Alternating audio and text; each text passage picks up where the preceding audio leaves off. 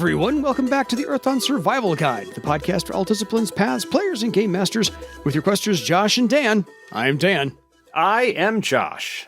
And on today's podcast, we will be discussing all things perceptual and navigational. Thank you, Josh, for the words, because I didn't have any.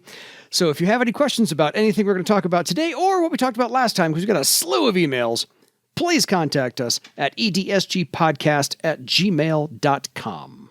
Yes. Scout. This is the last one.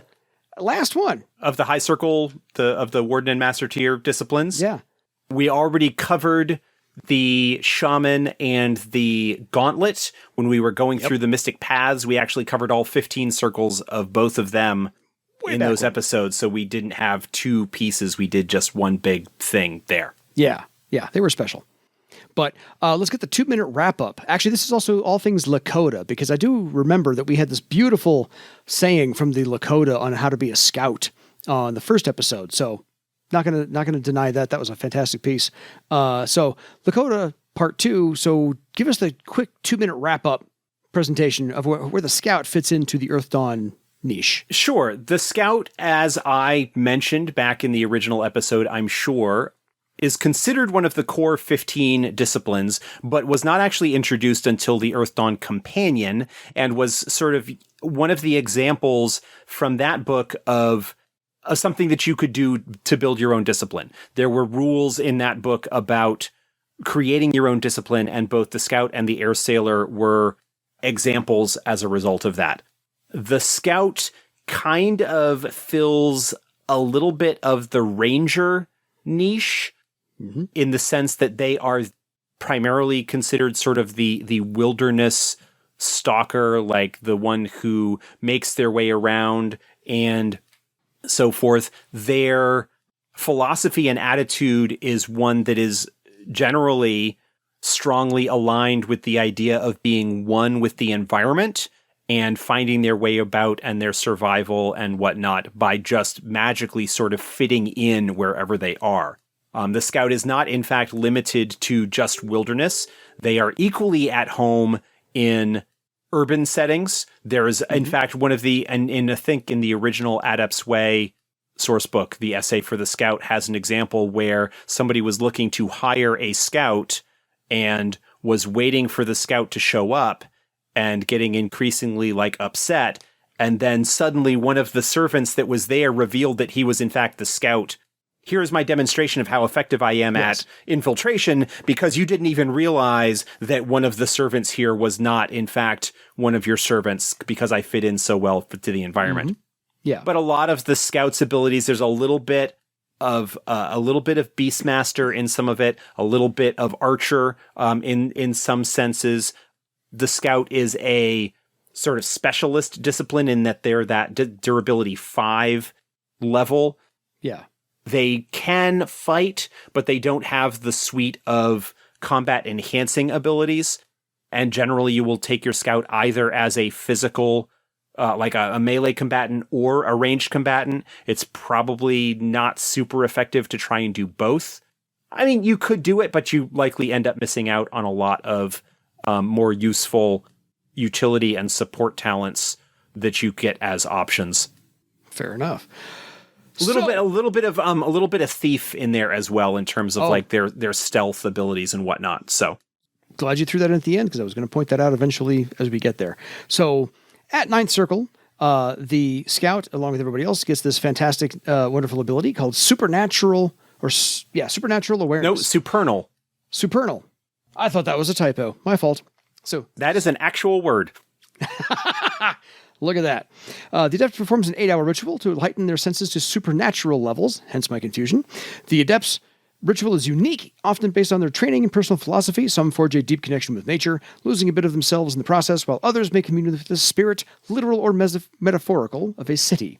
The ritual is often performed as the last step of becoming a warden, but may be done at any time.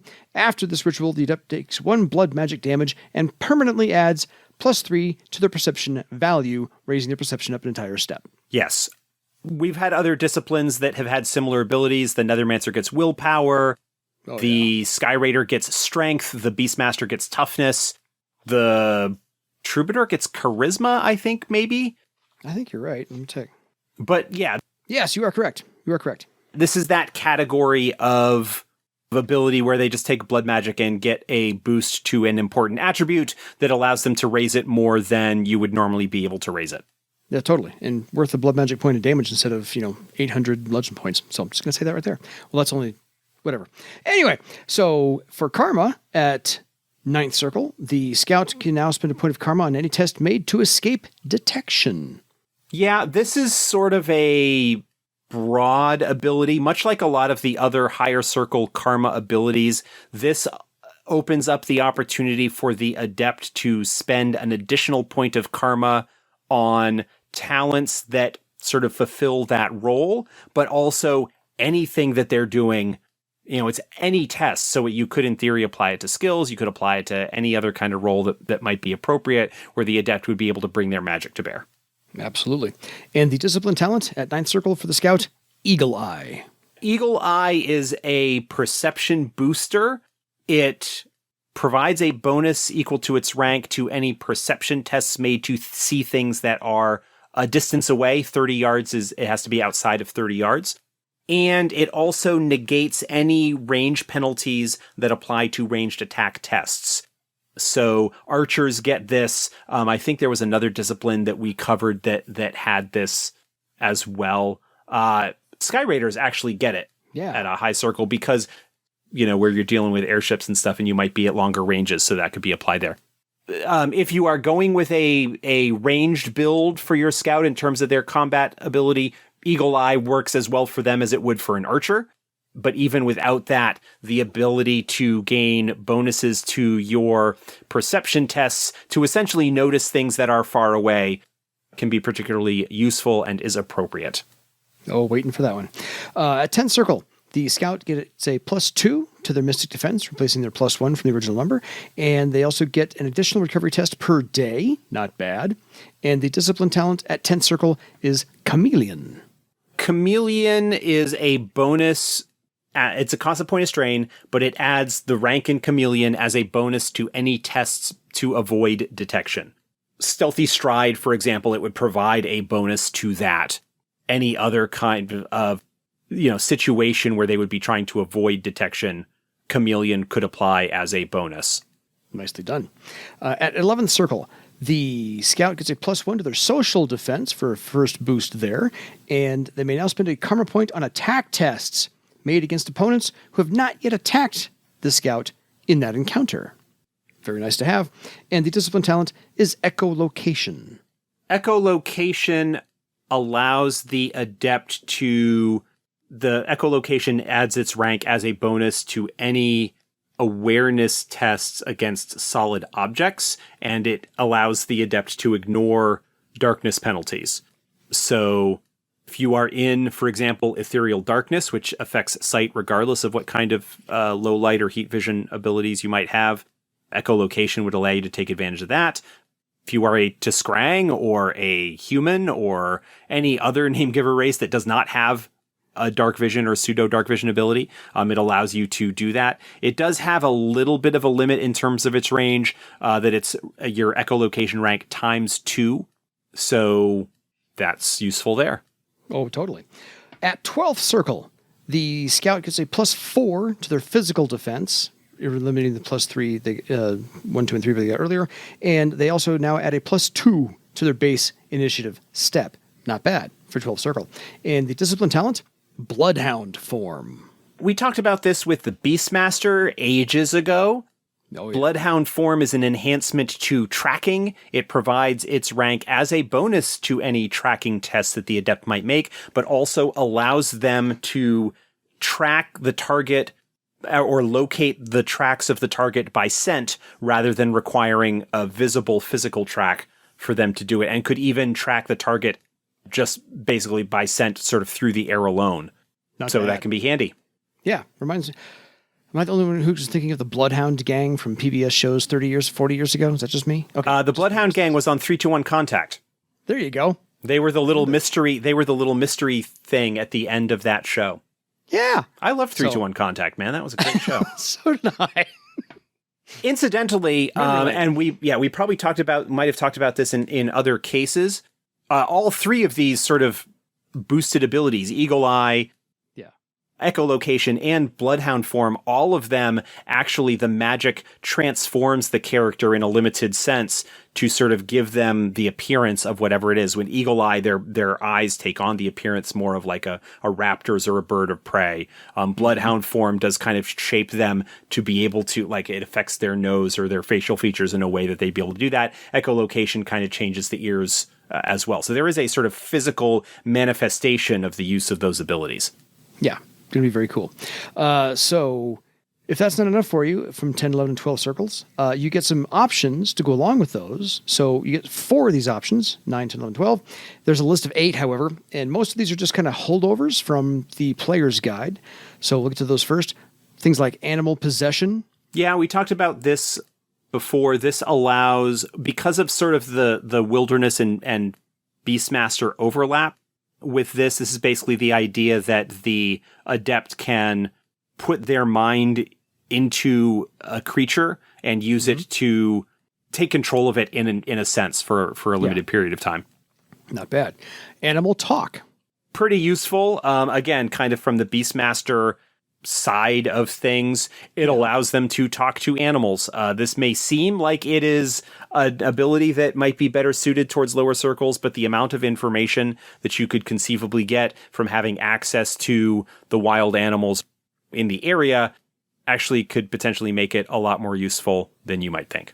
Agreed. And animal training.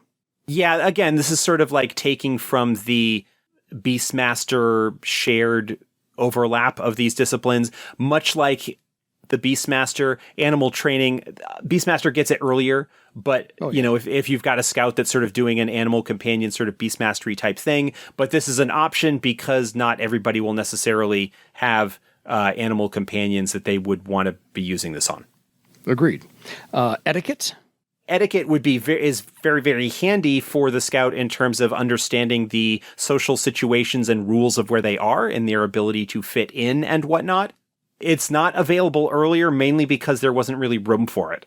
Fair. No worries. Iron Constitution.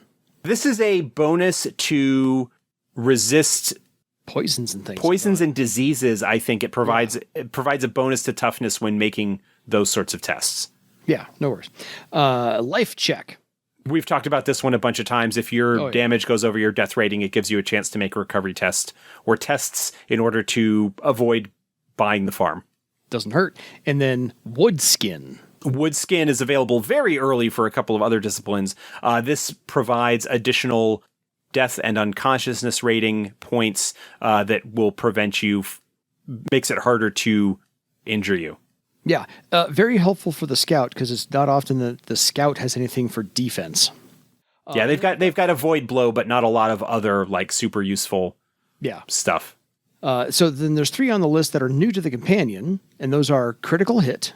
Critical hit is a straight up damage adder. If you roll high enough on your attack test, it just adds its rank as a bonus to the damage. No strain or additional test or anything like that required.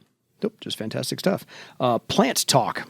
Plant talk, much like animal talk, again, very useful in certain circumstances and higher circle than you might expect because of the amount of potential information that you could get as a result of it. Totally.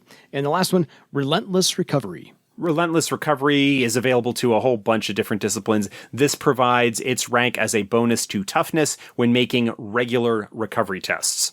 Gotcha.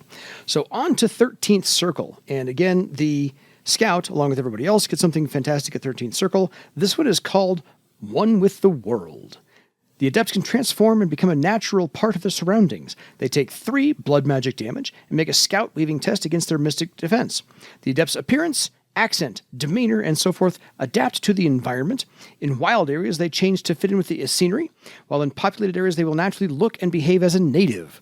The adept adds a +2 bonus per success to any tests made to go unnoticed, blend in, or otherwise appear as if they belong.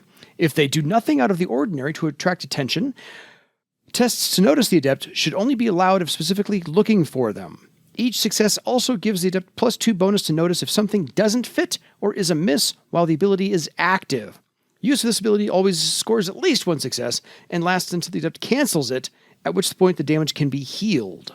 Yeah, this is more or less a sort of rules version of that scout example that I mentioned earlier, where their magic is advanced enough that they sort of magically fit in wherever they are. I mean, this is sort of like the spy ability.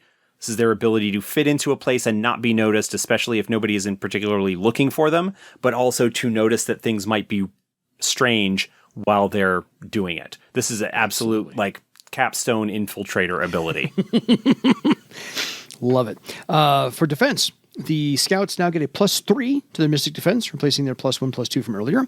And the karma now increases from a step 4, D6, to a step 5, D8. You got it! Only took me 15 tries. And yes, I had to write it down. Because I'm horrible. The Mystic Armor. Scouts now get a +1 to their Mystic Armor at 13th Circle. And because every point counts, believe me, it does. And then the Discipline talent that Scouts get is the Alley Cat Approach. Alley Cat Approach is a talent that's also available to Beastmasters. Again, a lot of sort of Beastmaster overlap here. Yeah. It does require the Adept to spend a recovery test to power it, but they make a test and each success provides them bonuses to initiative, as well as any action test made to navigate and maneuver through urban environments. So climbing, chasing, escaping, but not direct, other than initiative, not direct combat tests. So not on attack tests or damage tests or anything like that. And it lasts for a number of hours. So it lasts for quite a while. And Thieves get it as a master talent option. Oh, do they? Okay. So, yes, yeah, that makes sense. Yeah. I was like, Thieves have to get that one. And they do. And like the other sort of animal-related talents we mentioned earlier, this also kind of does alter their appearance and bearing to make them a little bit more feline. Yeah. Gonna like that one. So at 14th Circle, the Scouts now get a +5 to their physical defense, probably the end of their limit on that one. And they gain a second additional recovery test per day. So badass to have. And the Discipline talent for Scouts at 14th Circle, Elemental Walk. Elemental Walk is available to, not surprisingly, Elementalists. Mm-hmm. That's a high circle talent for them as well. But it serves very much the same purpose here for the Scout. It allows them to survive in environments where they otherwise would not be able to. On triggering the ability, they can designate an element and are immune to any negative effects associated with it for a period of time. So one who chose water, for example, would not be able to drown. Someone who took fire would be okay. Things like that. Yeah. It is particularly useful and very appropriate for the Scout who, at this lofty levels of power, is able to magically survive in environments where they otherwise would not. Very nice. So at 15th Circle, Scouts get to add a +2 to their social defense, and they also add a +3 to their base initiative step, replacing the 1s and 2s from before. And the Discipline talent at 15th Circle is World Pulse. I think this is unique to Scouts. I don't think anybody else gets this. No, we've not talked about this one at all. It's a sustained action. The Adept needs to meditate and then makes a test. Each success on the test grants them information regarding features of the area within their rank in World Pulse in miles. So a single success sort of gives you general natural features and direction, though not distance. 2 successes indicate any man-made features within the area. 3 reveals anomalies, like where the area, perhaps elemental nodes or barrier between the worlds is sort of thinner. And basically, like, the more successes that you get, the more useful and specific information becomes available. And if that information is to be used in pursuit of finding something specific, then it does provide bonuses to the relevant test, like navigation or wilderness survival or anything like that, in order to do that. This is basically, as the flavor text describes, it's like reaching down and touching the pattern of the world, and is a profoundly personal and deeply moving experience for whoever performs it. Absolutely. Which is why it's saved for 15th Circle, because it's kind of badass as well. Yeah. And very powerful. So along with 13th, 14th, and 15th Circle, at those 3 circles, you each get, of course, an option, as we have done with everything else. And there's a lot of them here. So a couple of these are not new to the companion, like second attack and second shot. Those are both straightforward additional attack options that are available at lower circles for warriors, swordmasters, archers as relevant. It gives the adept, the scout, the ability to make an additional attack of the chosen type. Yeah, pretty much. So if you're not playing a melee, you want second shot for anything you're doing at range. For ranged. Yeah. Exactly. Yeah. Fair enough. So the ones new to the companion are Eidetic Memory. Eidetic Memory provides a bonus to the next test that is made to recall information. This includes knowledge and book memory tests. It's a simple action. It just basically provides a bonus to remembering stuff. Fair enough. Matrix Sight. Matrix Sight we've covered a number of times. This is the pseudo-astral perception ability that allows you to see spell matrices and learn information about them and potentially the spells and stuff that are included in there. Yeah. Netherwalk. Netherwalk we talked about with the scout, with the Nethermancer. We talked about, I believe, the Thief gets it as well. It allows the adept to temporarily open a portal into astral space and to move through astral space. It is not a teleport, but it does allow them to bypass certain types of obstacles. But of course, there is the danger of traveling in astral space due to astral corruption and the dangers and hazards that exist therein. Absolutely. And this is the last time we get to mention Second Chance. It's our last chance for Second Chance. We don't have anything to add here. Not at all. Soul Aegis. Soul Aegis is a bonus to defenses, I believe. Yeah. You make a roll, and it provides bonuses based on your results to both mystic and social defense. Fair enough. And the last, Spirit Strike. Spirit Strike allows the adept to attack an opponent mystically instead of physically. If they're successful, the adept makes a damage test as normal based on the weapon used. So basically they're attacking against the target's mystic defense rather than physical defense with a physical weapon. Yeah. It does require, if you do not, in some capacity, astral sense the target, there's a penalty to the test, but this works really well in conjunction with Matrix Sight to specifically target matrices, but scouts also get access to astral sight earlier as an option, maybe even a discipline talent. Yeah. So it's useful to go along with that as well. It allows you can attack a target that is purely in astral space if you're aware it's there using this talent. That works well. So, as we've done with everybody else, what are your suggestions? With the scout, it really depends on what you're doing and what the group makeup is. I mean, that's the case for most of these, but this is really the case with scout. I feel at this point, even if you are not necessarily building a combat scout, for lack of a better term, because scout gets access to surprise strike early on, kind of picking up a little bit from their thief overlap. Yeah.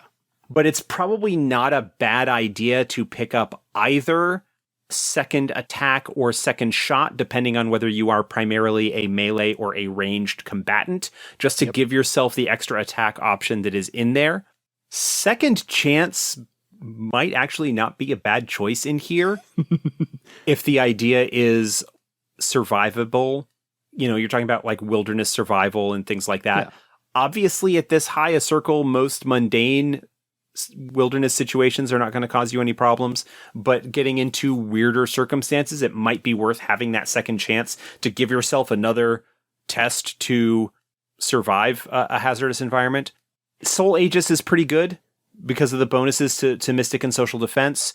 Spirit Strike is probably not a bad one. That is applicable either for ranged or missile weapons, and the ability to be able to attack a target versus their mystic defense as opposed to their physical is worthwhile, and to attack targets that might be purely in astral space. You don't need to pick up Matrix Sight for that to be effective. If you've already got astral sight, which, I think I would recommend that you probably do. Netherwalk is cool, but particularly troublesome. Well, kind of circumstantial and dangerous in its own way. Mm-hmm. Eidetic Memory is cool, but I don't know that that's necessarily as higher a priority. With the Warden Tier, if you feel like you have not been contributing, depending on the style of the game, that you have not been contributing particularly well in combat, critical hit is probably worthwhile. Mm-hmm. Wood skin and or iron constitution are probably nice. Life check obviously can always be particularly handy. Animal possession, animal talk, plant talk. If you don't have another way or other members of the group that are able to gather information through that way or to take advantage of it, they might be worth looking at. Etiquette, always pretty useful to have good social abilities that you can lean on to take care of that sort of thing.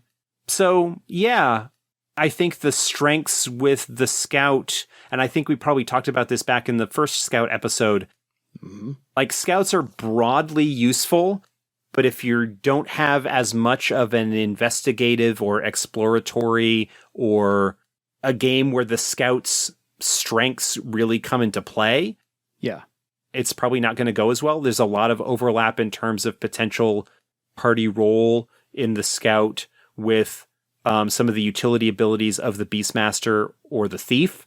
And whether a scout or thief is going to be better largely depends on, what exactly the nature of the game is going to be.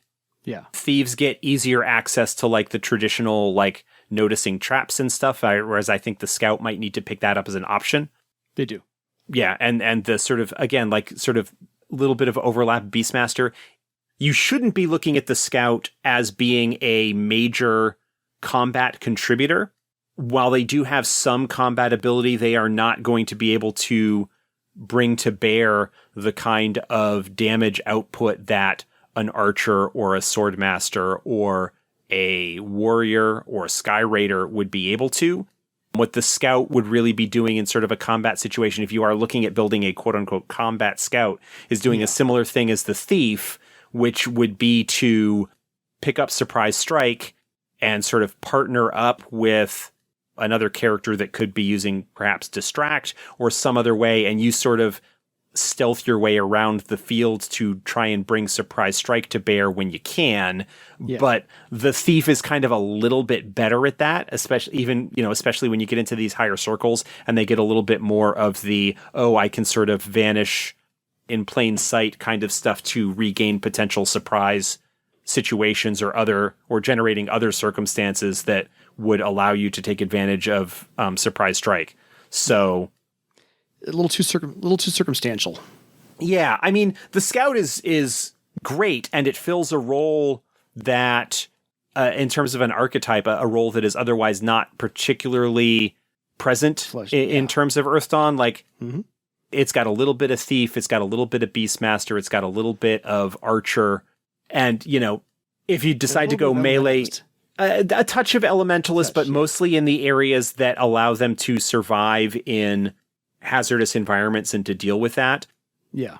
The scout pairs really well with, again, if you're looking to, as many people are, and there's nothing wrong with it, if you are trying to bring a little bit more combat prowess to bear, pairs really well with an archer.